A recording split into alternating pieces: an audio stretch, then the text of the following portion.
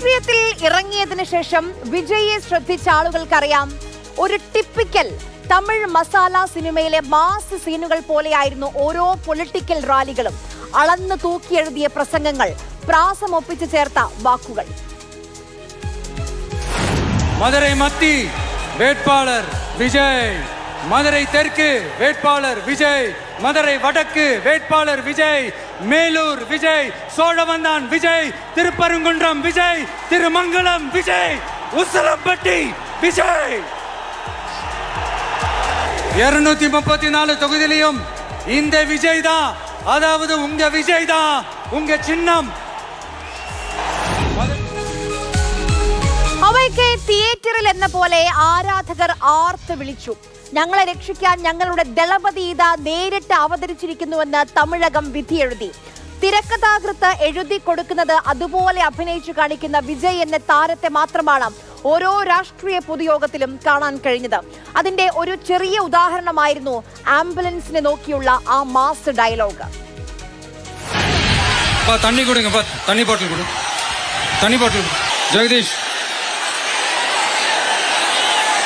உடனே ஒரு ஆம்புலன்ஸ் கூப்பிட்டுருப்பா. என்னப்பா? கமிங் கமிங் கமிங், ஆம்புலன்ஸ் வருது வருது வருது.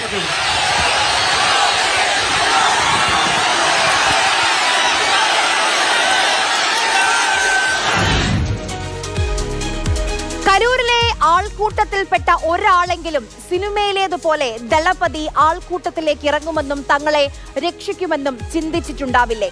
പകരം വിജയ് ചെയ്തതോ അപകടത്തിൽപ്പെട്ടവർ ആശുപത്രിയിൽ എത്തുന്നതിന് മുന്നേ പ്രൈവറ്റ് ജെറ്റ് ചാർട്ട് ചെയ്ത് ചെന്നൈയിലേക്ക് മടങ്ങി.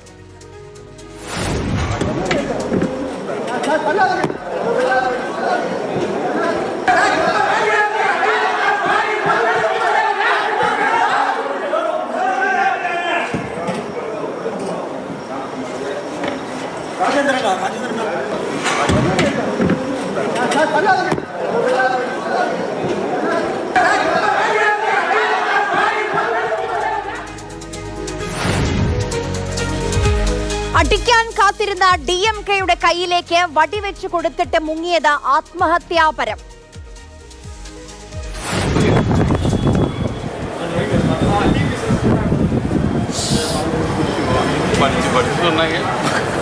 கண்டிஷன்ஸை ஃபாலோ பண்ணுங்கடா, கண்டிஷன்ஸை ஃபாலோ பண்ணுங்கடா. சரி, சின்ன சின்ன பிள்ளை.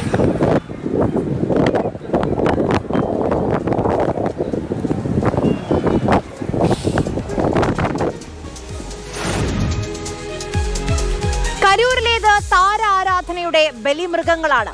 വിജയ് എന്ന തമിഴ് താരത്തെ കാണാൻ കേൾക്കാൻ തടിച്ചു കൂടിയവരാണ് മരിച്ചു വീണത്. എന്തിനു വേണ്ടിയാണ് മനുഷ്യരിങ്ങനെ ബലിയാടാകുന്നത്?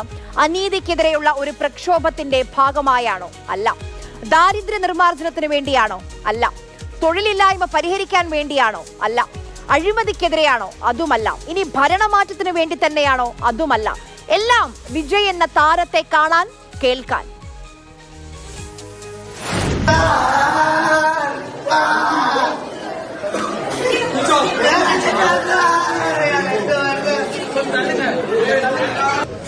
என் பிள்ளையில விஜய் இங்க கட்சி கூட்டிட்டு வந்து நான் என் பிள்ளையில 2 பிள்ளையில இறந்துட்டேன். என் 2 பிள்ளைங்களும் போயிருச்சு. என்னத்த செஞ்சிருக்காங்க? இந்த விஜய் வந்து எல்லாத்தையும் பேர கிடக்குறாங்க. விஜய் வந்துடா, விஜய் வந்துடா. விஜய் அப்படி என்ன கொடுமை பண்ணா?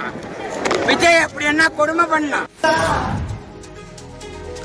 രാവിലെ മുതൽ അവരുടെ ഹീറോയെ കാണാൻ വെള്ളം പോലും കുടിക്കാതെ കാത്തുനിന്നവർ 7 മണിക്കൂർ വൈകിയാണ് വിജയ് വേദിയിലേക്ക് എത്തിയത്. ആള് കൂടാൻ വിജയ് മനഃപൂർവ്വം വൈകി വന്നു എന്നാണ് കരൂർ ദുരന്തത്തിന്റെ കാരണമെന്ന് FIR-ൽ പരാമർശമുണ്ട്.